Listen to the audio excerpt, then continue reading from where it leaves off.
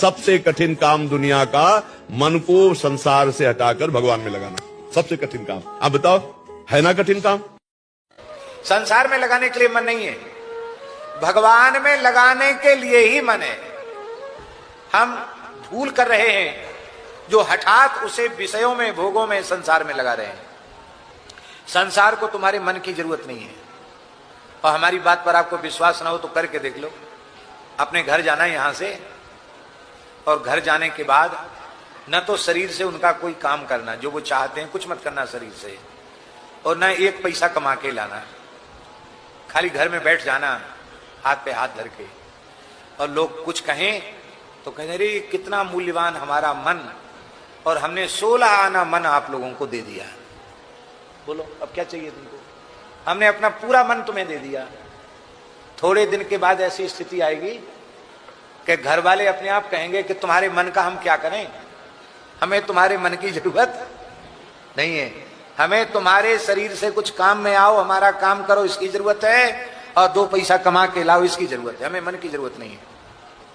और देखो तुम्हें मन देना हो तो चले जाओ वृंदावन, मलुकपीठ चले जाओ, या रेवासा पीठ आ जाओ, वहां जानकी नाथ जी को मन दे दो, हमें तुम्हारे मन की जरूरत। संसार को तन और धन की आवश्यकता है, अब भगवान को मन की आवश्यकता है।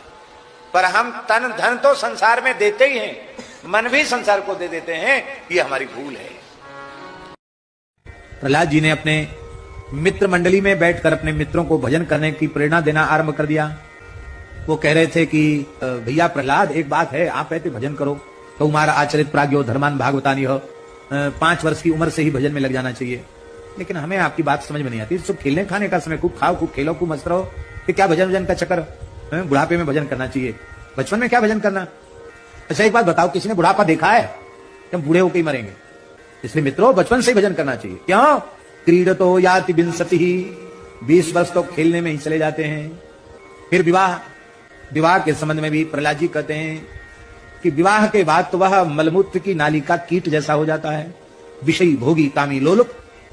अब वृद्धावस्था आई तो जीवन के 3 हिस्से जैसे बीत गए, वो चौथा हिस्सा भजन में बिल्कुल नहीं लगा, प्रपंच ही सूझेगा। तमाम बूढ़ों को देख लो, बचपन से जिनकी साधन भजन सत्संग में प्रवृत्ति नहीं है, ऐसे बूढ़ों का बुढ़ापा देख लो। नाम जपने की आदत बनाओ, श्वास श्वास में परमात्मा का नाम आपके मुख से उच्चारण हो।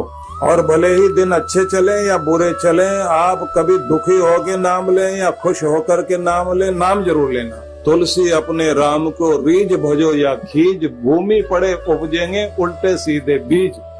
आपने कैसे भी बीज बोए हैं उगेंगे जरूर, आपने नाम जपा है कल्याण जरूर करेगा। कैसे भी बोलो जरूर। जैसे हम धैर्य पूर्वक रात काटते हैं, दिन आ ही जाता है, ऐसे ही दुख काटते हैं, सुख आ ही जाएगा, चिंता मत करो।